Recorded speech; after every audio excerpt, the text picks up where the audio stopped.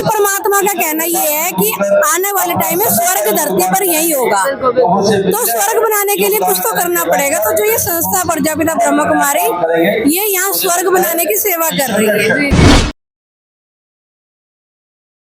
नमस्कार मैम, मैं आपका नाम जानना चाहूंगी। मेरा नाम भी ऋतु मित्तल है। तो मैम आप ब्रह्म कुमारी से कब से जुड़ी हुई है? मैं करीबन टचिंग में तो 35 साल से हूँ, छोटेपन से ही हूँ, लेकिन कंटिन्यू जो मैं ज्वाइन कर रखा है वो 12 साल से। तो जो फिलहाल जैसे यहाँ पे इवेंट हो रहा है, पहले आप मुझे इस इवेंट के बारे में कुछ बताना चाहेंगे? ये इवेंट इसलिए रखे हुए हैं छोटे छोटे कि जैसे पश्चिमी जोन का इवेंट है, वो सारे इकट्ठे होकर शांति की किरणें फैलाएंगे पूरे संसार में। क्योंकि परमात्मा का कहना ये है कि आने वाले टाइम में स्वर्ग धरती पर यही होगा, तो स्वर्ग बनाने के लिए कुछ तो करना पड़ेगा। तो जो ये संस्था प्रजापिता ब्रह्म कुमारी ये यहाँ स्वर्ग बनाने की सेवा कर रही है। तो ये छोटे छोटे संगठन मिलके इसलिए कर रहे हैं कि ताकि दुनिया में शांति फैले, शांति सम्मेलन के लिए प्रोग्राम हो। मतलब अभी यहाँ पर पूरा वेस्ट जोन आ रखा है यहाँ पे? बस हाँ जी, पूरा वेस्ट जोन आ रखा है। तो फिलहाल आपको इस इवेंट के बारे में पता कैसे लगा? इनके बारे में क्योंकि सेंटर हमारा ये ऑर्गेनाइज कर रखा है। अच्छा, आप लोगों ने ये ऑर्गेनाइज? हाँ जी, खुद ऑर्गेनाइज किया हुआ है। मतलब इस इवेंट में अभी तक हुआ क्या क्या है? इसमें परमात्मा महावाक्य जो है वो सुने हैं और इकट्ठे होके हमारे जो बड़े सीनियर्स हैं उनकी ब्लेसिंग मिली है और हमने सबने बैठ के उनके साथ मेडिटेशन किया है शांति की किरणें फैलाने के लिए दुनिया में। ये तो कब से इवेंट चल रहा है यहाँ पे? ये 5:30 बजे से चला हुआ है, सुबह 5:30? हाँ जी, और 9:30 बजे के करीब खत्म है। अच्छा, 9:30 बजे यहाँ पे खत्म हो गया। हाँ जी। अच्छा, तो मैंने अभी यहाँ पर बात की, जो सबसे सीनियर मोस्ट मुझे अभी तक यहाँ लीला मैम के बारे में बताया गया कि लीला मैम अभी तक सीनियर मोस्ट है, सबसे ज्यादा यहाँ पर। जी, शुक्ला दीदी भी आए हुए हैं, वो हमारे सबसे सीनियर दिल्ली जोन के इंचार्ज है। अच्छा। हाँ जी, लीला दीदी उत्तम नगर जोन के इंचार्ज है। हाँ जी, हाँ जी। तो मैम मैं यही जानना चाहूंगी कि इसका एक्चुअल मोटिव क्या है? मोटिव यही है कि दुनिया में शांति फैलाना, यही मोटिव है। मैम आपसे भी एक बार बात करना चाहूंगी। नमस्कार मैम, आपका नाम जानना चाहूंगी। दीपा। तो आप भी मैम इनसे काफी टाइम से जुड़ी हुई है? हाँ जी, 18 साल हो रहे हैं। 18 साल से आप कंटिन्यूस यहाँ जुड़े हुए? हाँ जी। मैम मैं ये जानना चाहूंगी कि मतलब जब से आप इनके साथ जुड़े उसके बाद आपकी लाइफ में क्या क्या चेंजेस आए हैं? उसके बाद मेरी लाइफ में बहुत चेंजेस आए। पहले मतलब लाइफ के प्रति हम टेंशन में ज्यादा रहते थे कि क्या होगा, कैसे होगा और ये सब क्यों हो रहा है, ये सब चीज में रहते थे। लेकिन जब हम परमात्मा से जुड़ते हैं पता चलता है कि हम आत्मा है और इस सृष्टि पर हम अपना पार्ट प्ले करने के लिए आ रखे हैं, है ना। तो फिर वो हमारा पिता है, तो हमारा उसके साथ डायरेक्ट कनेक्शन जुड़ता है। क्योंकि देखिए, अगर हम अपने घर को याद करेंगे या अपनी मम्मी को याद करेंगे तो पहले हमें पता होना चाहिए ना कि ये मेरी माँ है करके। तो ऐसे ही हमारे पिता कौन है ये पता। अभी तक तो हम भक्ति में करते आए थे कि भगवान भगवान करते आए थे, लेकिन सब भगवान है, कौन भगवान है, किसको याद करेंगे, कौन हमारी मदद करेगा।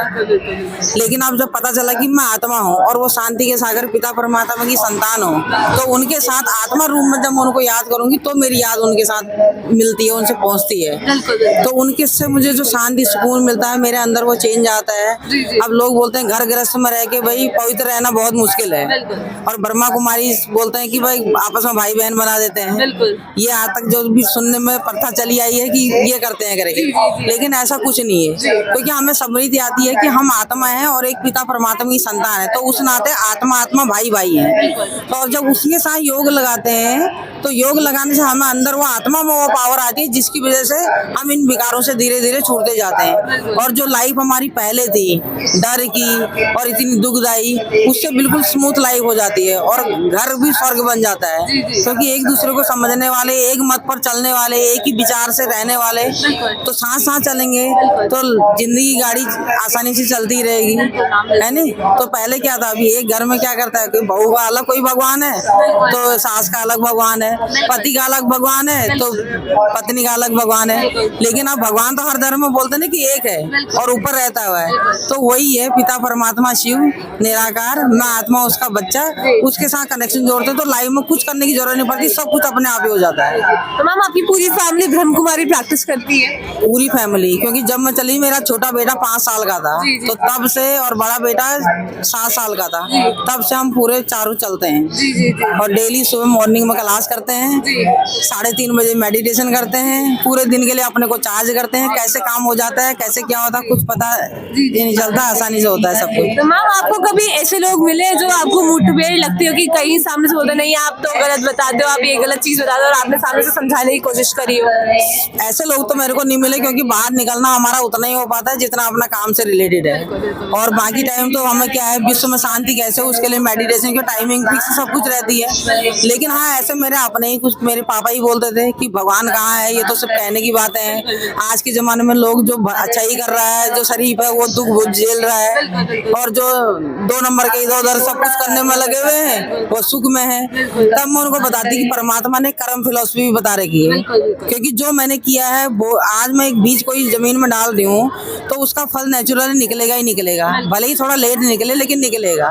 तो वही है कर्म की भी फिलॉसफी की, भाई जो हमने किया है वो हमें मिलेगा। कई बार ऐसा होता है कि हमें इस जन्म में ही वो नहीं होता, अगले जन्म में उसका मना, क्योंकि इसका उदाहरण ये है कि अगर एक बच्चा पैदा होता है, पैदा होते ही लोग ये बोलते हैं कि भाई अगला जन्म किसने देगा, भाई इस जन्म अच्छा करे तो अच्छा होना चाहिए। लेकिन इसका उदाहरण ये है कि एक बच्चा पैदा होता है, पैदा होते ही एक बच्चा अंधा हो जाता है, एक बच्चा लंगड़ा पैदा हो रहा है, तो फिर किसने, उसने बच्चा तो अभी पैदा ही हुआ है, तो उसने ऐसा क्या कर दिया कि जो उसका अभी से ऐसा हो गया। तो पिछले जन्म में कुछ ऐसा था जो हिसाब किताब अभी लेके आया है। तो ये सिद्ध करता है कि कर्म फिलॉसफी है ये। तो जब हमें परमात्मा के ज्ञान से कर्मों का पता चल जाता है तो हमें कोई भी दुख परेशानी कुछ भी आती है, ऐसा नहीं कि हमारे जीवन में नहीं आएगी, भाई हम भी तो इतने जन्म लेके कुछ ना कुछ करते आए हैं।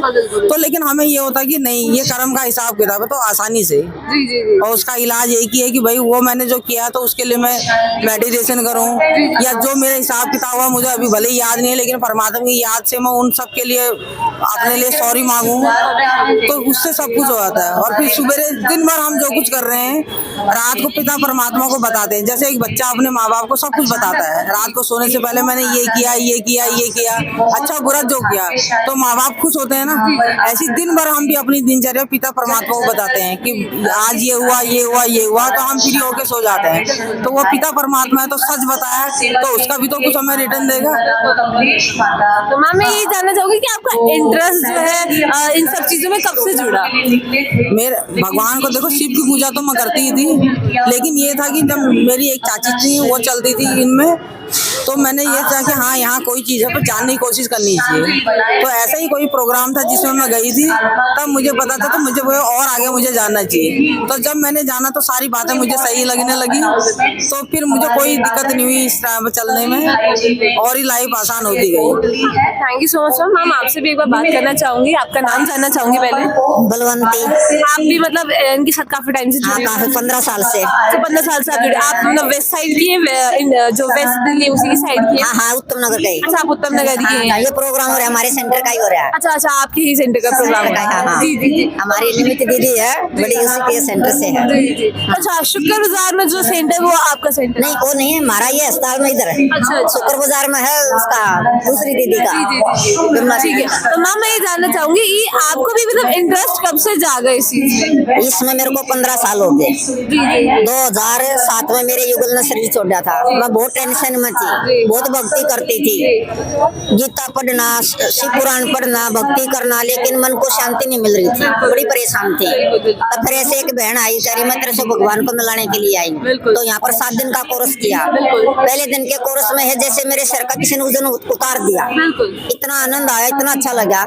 7 दिन का कोर्स हुआ था, बिल्कुल उस दिन से मैं यहीं की बन गई। उस दिन के बाद जैसे एक टेंशन है, जैसे हमारे को 5 विकार तंग करते हैं, काम, क्रोध, लोभ, मोह, अहंकार, फिर इसके बच्चे हैं ईर्ष्या, द्वेष, नफरत, गिरना, उससे सबसे छुटकारा मिल गया। मेरे अंदर बहुत क्रोध था, वो सबसे छुटकारा मिल गया। तो यहाँ आने के बाद एक अंदरूनी जो शांति होती ना, सच्ची शांति, वो हमारे को यहाँ प्राप्त हुई है। फिर धीरे धीरे मैंने अपने बेटे को भी चलाया।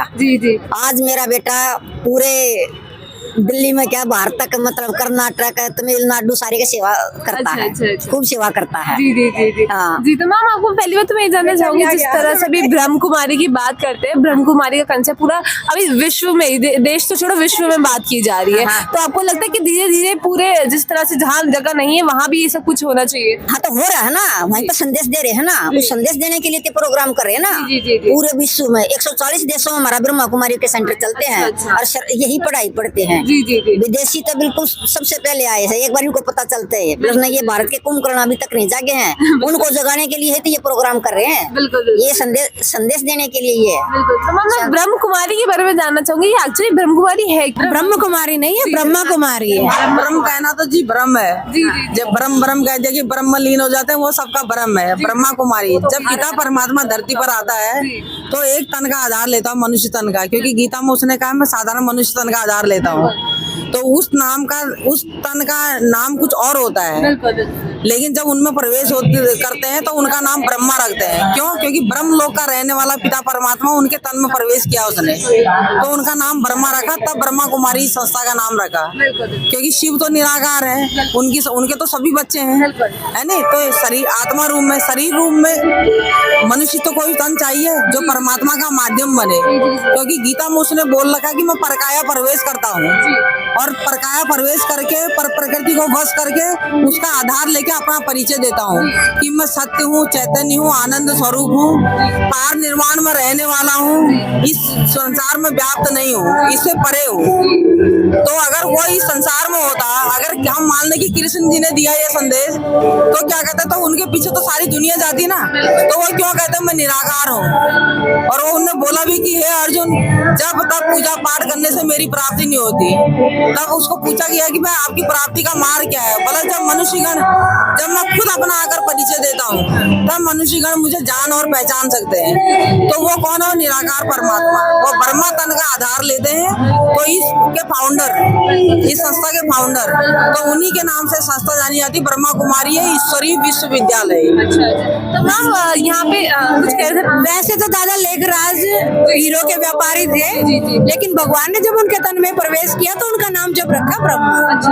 और दुनिया में भी गाया हुआ है, गीता में भी लिखा हुआ है, यदा यदा ही धर्मस्य ग्लानि भवति भारत।